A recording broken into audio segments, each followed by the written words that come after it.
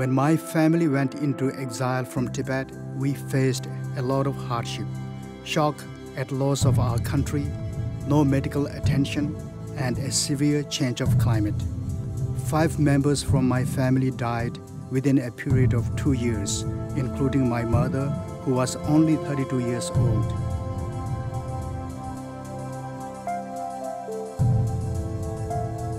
I came in exile with my maternal uncle because my father and my grandparents were under persecution by the Chinese. We were almost always running, full of fear and cold and hunger. We got quite a few of these frostbite children, who even had to amputate. My parents could never make out of Tibet. I've never seen my father again. I've never seen Tibet again. Today, the 10th of December, you shall be awarded the Nobel Peace Prize. And I think it is a matter of significance that this day also is the birthday of the United Nations Declaration of Human Rights.